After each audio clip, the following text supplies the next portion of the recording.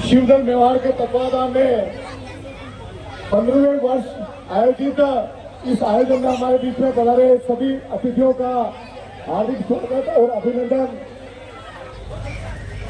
जन जन के इस उत्सव में आदरणीय लक्ष्मण सिंह जी, किरणदेव सिंह जी, मजबूर सिंह जी मीणा, चंद्रगुप्त जी और यहाँ के सभी बंधुओं और बहनों, आप सबका जन्माष्टमी के इस पर्व पर मैं अपनी ओर से बहुत बहुत शुभकामनाएं और स्वागत करता हूँ।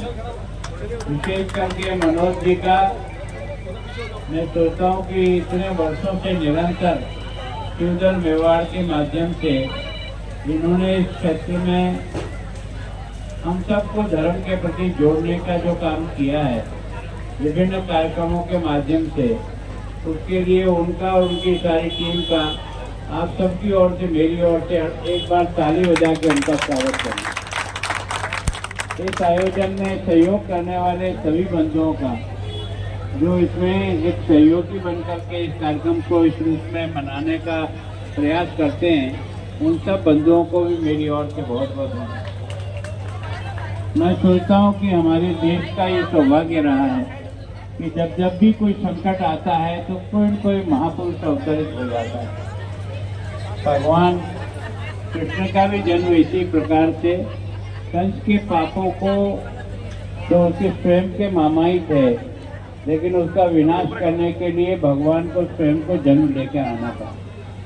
तो मैं सोचता हूँ कि वास्तव में आप और मैं इस बारे में सोचें कि वास्तव में कभी महापुरुष आते हैं तो किसी उद्देश्य के लिए आते हैं, लेकिन हम दुर्भाग्यशाली हैं कि महापुरुष की उन बातों को अपने अंदर बिठा करके उसके अनुसार जीवन जीने का प्रयास नहीं करते। इसलिए हर बार कोई न कोई नया दुष्ट पैदा हो जाता है। मतलब इस दुष्ट से धरती का नाश करने के लिए भगवान कृष्ण को ही क्यों आना पड़े? हम सब भी तो दुष्टों का नाश करने की क्षमता रखते हैं। तो हमें भी अपने मन में सोचना चाहिए कि भाई हम लोग भी तो, अगर भगवान को ही हर बार आना करे और दुष्ट का नाश करना पड़े तो फिर हम किस बात की चलाएं?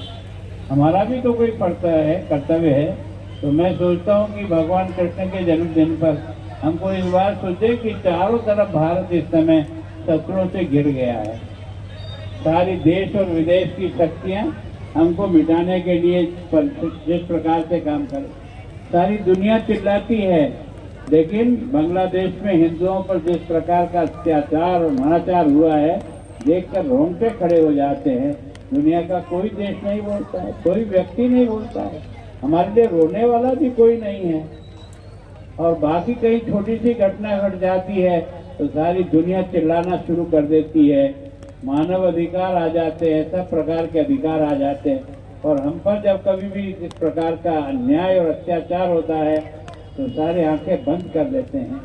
इसका मतलब इसका प्रतिकार करने के लिए और कोई नहीं आएगा, हमको ही इस प्रतिकार के लिए अपने आप को तैयार करना पड़ेगा, क्योंकि हमारे बाप दादाओं ने अपने सर देकर के भी इस भारत की संस्कृति को और धर्म को बचाए रखा है। हम आज तक जिंदे हैं ना, तो इसी कारण से कि ऐसे पुरखे पैदा हुए हैं, और मेवाड़ तो उसका उदाहरण है। मैं सोचता हूँ कि कैसे ईश्वर एकलिंगनाथ ने किस प्रकार से इस मेवाड़ की गरिमा को इतना ऊपर उठाया है, तो हम सब लोग भी तो कुछ कर सकते हैं ना। मैं सोचता हूँ ये छोटी घटना नहीं है, इस एक घटना ने आपको और मुझको झकझोर के खड़ा कर दिया है कि अगर समय नहीं रहते, संभले नहीं ना, तो हिंद महासागर में डुबकी लगाने के अलावा कोई दूसरा चारा नहीं बचेगा। उसको बहुत संतोष से और शांति से सोच करके अपने आप को सशक्त करने की आवश्यकता है, तब जाकर के हम जन्माष्टमी के इस पर्व को भगवान कृष्ण को ये कह सकेंगे, यदा यदा ही धर्मस्य ग्लानिर्भवति भारत अभ्युत्थानम्, इसी तरह से होता है।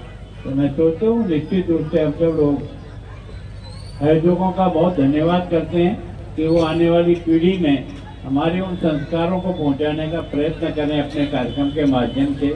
हम सबका बहुत बहुत धन्यवाद।